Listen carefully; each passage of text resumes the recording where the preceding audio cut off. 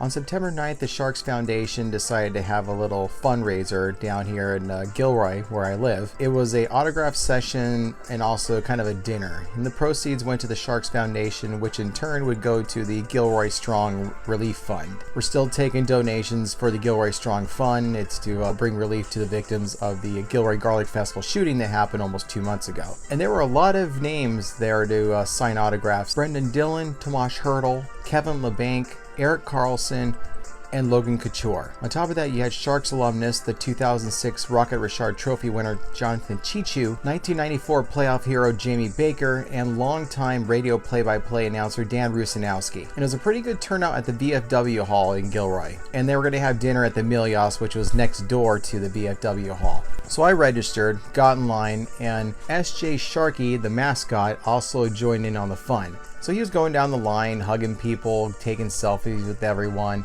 and I happened to be wearing this, a Hartford Whalers hat and a Hartford Whalers jersey.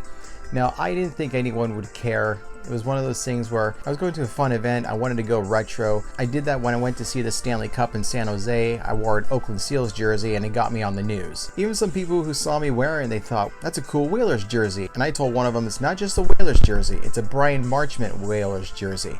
And I had Brian Marchment's name on the back because he did play for the Whalers for a brief period of time. So as Sharkie's going down the line, doing what mascots do, taking pictures and stuff, he sees me in the Whalers jersey. And I know that the Whalers haven't existed since the 1990s. They moved to Carolina, won a Stanley Cup in 2006, and the Hurricanes decided to bring back Whalers jerseys and have a heritage night. But I didn't think anyone would care. I didn't even think Sharkie would care. He wouldn't have any of it. So he takes off my hat, and I think he tries to eat it, and then he just yanks his jersey off of me like he's fighting somebody. You know how hockey players fight and they always try to get the jersey over someone's head. So no, he did that. He took this jersey right off, and so I was in the middle of the line in the hall itself, in the waiting area. And I thought, okay, it's just Sharkie being a clown. This is what Sharkie does. This is what makes him one of the best mascots in the NHL. And you know, it's one of those things where you have to go with it. You really have to have a sense of humor about it. And I thought, wow, I didn't think Sharkie would get so triggered over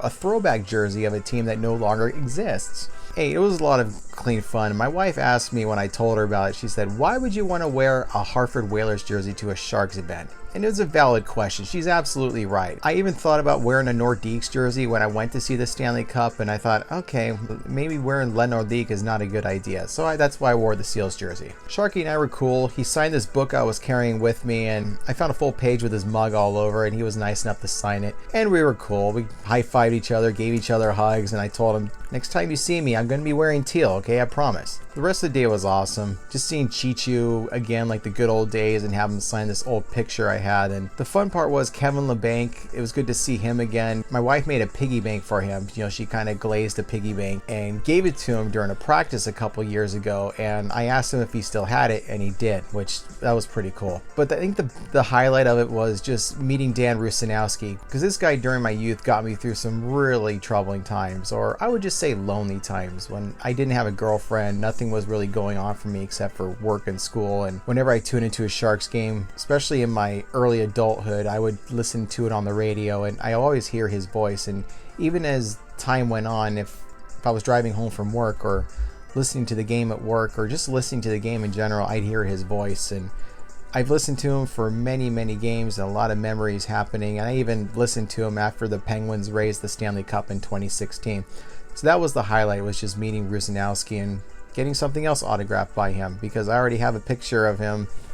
So up here on this wall here, I have a autographed picture from Rusanowski, and he gave it to me after the 1997 season. Overall, despite getting attacked by SJ Sharkie, it was a lot of fun. I think in the future, I'll wear a Seals jersey. Thanks for watching.